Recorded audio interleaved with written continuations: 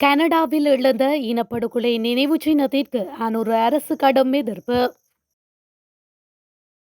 அரசாங்கத்தின் பலத்தை நினைவூட்டிய அனுரகுமார எதிர்க்கட்சிகளுக்கு பகிரங்க எச்சரிக்கை. யாழில் 15 வயது சிறுமி கர்ப்பம், சந்தேக நபர் அதிரடி கைது. ரணிலின் நேரடி தலையீட்டில் கொழும்பு அரசியலில் ஏற்பட்டுள்ள பலத்த மாற்றம்.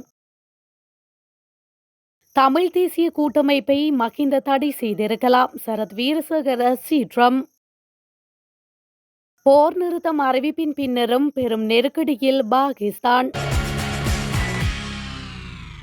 இனப்படுகொலை தொடர்பான ஆதாரமற்ற குற்றச்சாட்டுகளை இலங்கை அரசாங்கம் கடுமையாக நிராகரிப்பதாகவும், கனடாவில் தமிழ் இனப்படுகொலை நினைவு சின்னம் கட்டியதற்கு இலங்கை அரசாங்கம் எதிர்ப்பு வெளியிட்டுள்ளது. இது தொடர்பான அறிக்கை இலங்கையின் வெளியுறவு மற்றும் சுற்றுலா அமைச்சினால் நேற்று வெளியிடப்பட்டுள்ளது.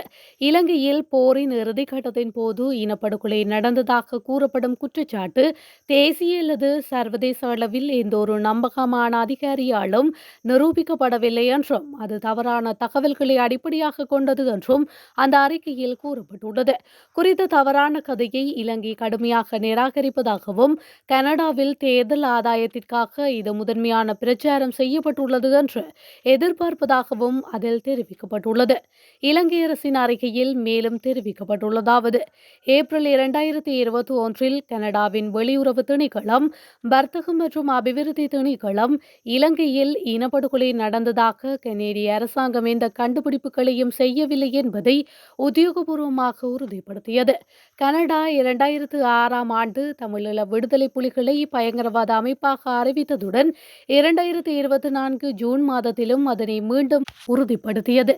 கனடாவின் பிரம்டனில் உள்ள சிகுவான் சிகா பூங்காவில் தமிழ் இனப்படுகொலை நினைவு சின்னம் என்று அழைக்கப்படுவதை இலங்கை அரசாங்கம் பலமுறையும் கடுமையாக எதிர்த்துள்ளமை குறிப்பிடத்தக்கது.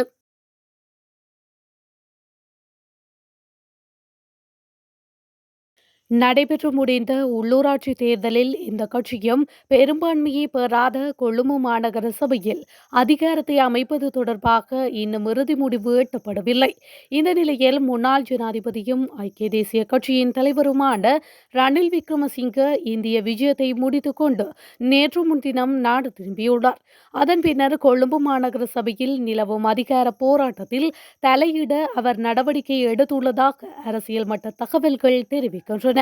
அவர் ஏற்கனவே ஐக்கிய மக்கள் சக்தியின் பல தலைவர்களுடன் கலந்துரையாடல்களை நடாத்தியுள்ளார். அத்துடன் சுயேட்சை குழுக்கள் மற்றும் சிறு கட்சிகளுடனும் கலந்துரையாடல்களை நடாத்தி வருவதாகவும் தெரிவிக்கப்படுகின்றது. எதிர்க்கட்சியில் உள்ள அனைவரும் ஏற்றுக்கொள்ளக்கூடிய மற்றும் கொழும்பு நகருக்கு பொருத்தமான திறமையுடைய ஒருவரை கொழும்பு பதவிக்கு நியமிப்பது குறித்து ரணிலின் தலைமையில் கலந்துரையாடல்கள் இடம்பெற்று வருகின்றமை குறிப்பிடத்தக்கது.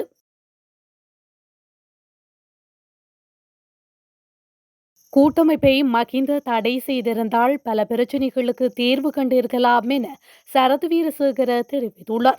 கனடாவில் ஸ்தாபிக்கப்பட்டுள்ள தமிழின் அழிப்பு நினைவகம் தொடர்பில் ஊடகங்களுக்கு கருத்து தெரிவிக்கையிலேயே அவர் மேற்கண்டவாறு குறிப்பிட்டுள்ளார். அவர் மேலும் தெரிவித்ததாவது: கனடாவில் பிரம்டன் நகரில் சிங்கவுசி பொது பூங்காவில் நிர்மாணிக்கப்பட்டுள்ள தமிழின் அழிப்பு நினைவகம் தொடர்பில் இலங்கை அரசாங்கம் கடும் அதிருப்தியை வெளிப்படுத்த வேண்டும்.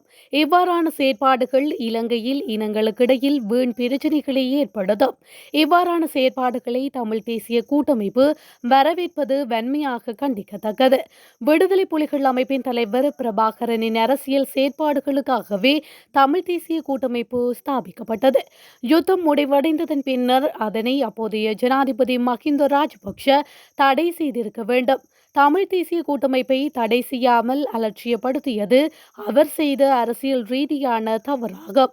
யுத்தம் முடிவடைந்ததன் பின்னர் வடக்கு மற்றும் கிழக்கு மாகாண மக்கள் கடந்த காலங்களை மறந்து இயல்பு வாழ்க்கைக்கு திரும்பினார்கள். தமிழ் தேசிய கூட்டமைப்பு தமது அரசியல் லாபத்துக்காக அரசியல் அதிகார பகிர்வு பற்றி பேசி தேவையில்லாத பிரச்சினைகளை ஏற்படுத்தி இனங்களுக்கிடையில் முரண்பாட்டை ஏற்படுத்தியுள்ளது. வடக்கு மற்றும் கிழக்கு மாகாணங்களில் பிரிவினைவாதத்தை மீண்டும் தோற்றுவிக்கும் செயற்பாடுகள் தற்போது இடம்பெறுவதை அவதானிக்க முடிகின்றது என்று சரத் வீரசேகர மேலும் தெரிவித்துள்ளார். யாழ்ப்பாணம் நெடுந்தீவு பகுதியில் 15 வயது சிறுமியொருவர் தவறான நடத்தைக்கு உட்படுத்தப்பட்ட நிலையில் கர்ப்பமடைந்துள்ளார். இந்த சம்பவம் குறித்து மேலும் தெரிய வருகையில், குறித்த சிறுமி 5 மாதங்கள் கர்ப்பமாகிய நிலையில் நேற்றைய தினம் யாழ்ப்பாணம் போதனா வைத்தியசாலைக்கு அழைத்து செல்லப்பட்டுள்ளார். இதுகுறித்து விசாரணைகள் மேற்கொள்ளப்பட்ட நிலையில் அதே பகுதியைச் சேர்ந்த 32 வயதுடைய சந்தேக நபர் ஒருவர் போலீசாரால் கைது செய்யப்பட்டுள்ளார். அவர் குறித்த சிறுமியை பல தடவைகள் தவறான நடத்தைக்கு உட்படுத்தியமை விசாரணைகளில் தெரிய வந்துள்ளது. இதுகுறித்து மேலதிக விசாரணைகளை போலீசார் மேற்கொண்டு வருகின்றமையும் குறிப்பிடத்தக்கது. தேசிய மக்கள் சக்திக்கு வழங்கப்பட்ட பொது ஆணையை அபகரிக்க முயற்சித்தால் கடுமையான நடவடிக்கை எடுக்கப்படும் என ஜனாதிபதி அனுரகுமார திசாநாயக்க எதிர்க்கட்சிகளுக்கு எச்சரித்துள்ளார். அத்துடன் நாடாளுமன்றத்தில் 2/3 பெரும்பான்மையை கொண்டுள்ளார் என்பதை நினைவு கொள்ளுமாறும் அவர் தெரிவித்துள்ளார். கொழும்பில் நேற்று நடைபெற்ற மக்கள் விடுதலை முன்னணியின் 60வது ஆண்டு நிறைவு விழாவில் உரையாற்றிய போது ஜனாதிபதி இதனை குறிப்பிட்டுள்ளார். எதிர்க்கட்சிகளை விமர்சித்த அவர், ஆட்சி செய்வதற்காக ஆணையை அவர்கள் கொண்டிருக்கவில்லை என்றும், சில உள்ளூராட்சி சபைகளுக்கு 1 அல்லது 2 உறுப்பினர்களை மட்டுமே தெரிவு செய்யப்பட்டுள்ளதாகவும் அவர் சுட்டிக்காட்டியுள்ளார். இதேவேளை பொது ஆணையை எதிர்த்து உருவாக்கப்பட்ட எந்தொரு உள்ளூராட்சி சபையும் 3 முதல் 4 மாதங்களுக்கு மேல் நீடிக்காது என்று ஜனாதிபதி அனுர மேலும் தெரிவித்துள்ளார். சிந்து நதி நீர் ஒப்பந்தத்தை முடக்குவதற்கான இந்தியாவின் முடிவை மறுபரிசீலனை செய்யுமாறு பாகிஸ்தானின் நீர்வள அமைச்சகம் மத்திய அரசுக்கு கடிதம் எழுதியுள்ளது. ஏப்ரல் 22 அன்று பகல்காம் பயங்கரவாத தாக்குதலை தொடர்ந்து 1960ஆம் ஆண்டு உலக வங்கியின் மத்தியஸ்தத்தில் மேற்கொள்ளப்பட்ட நதிநீர் பங்கீடு ஒப்பந்தத்திலிருந்து இந்தியா விலகியுள்ளது. இந்த நிலையில் பயங்கரவாதத்திற்கு எதிராக பாகிஸ்தான் வலுவான நிலைப்பாட்டை எடுக்கும் வரை ஒப்பந்தத்தை முடக்க இந்தியா முடிவு செய்துள்ளது.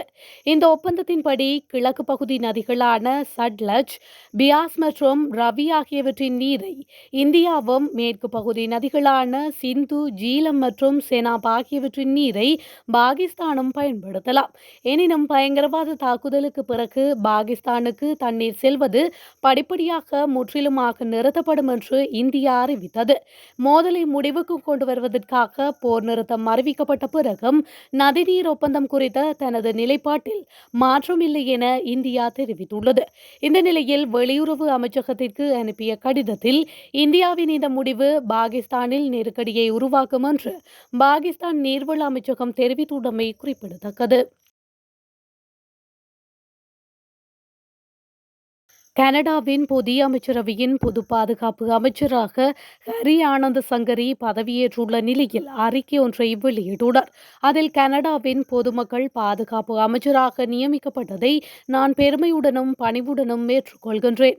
டேவிட் மெக்கிரியின் சிறந்த பணியை அடித்தளமாக கொண்டு மேலும் கட்டியெழுப்ப ஆர்வமாக உள்ள அதே வேளை எமது சமூகங்களை பாதுகாப்பாக வைத்திருப்பதற்கும் வெறுப்புணர்வு குற்றங்களுக்கு எதிராக போராடுவதற்கும் கனேடியர்களை நாளாந்தம் பாதுகாக்கும் முகாமை அமைப்புகளை பலப்படுத்தவும் நான் உறுதி பூண்டுள்ளேன்.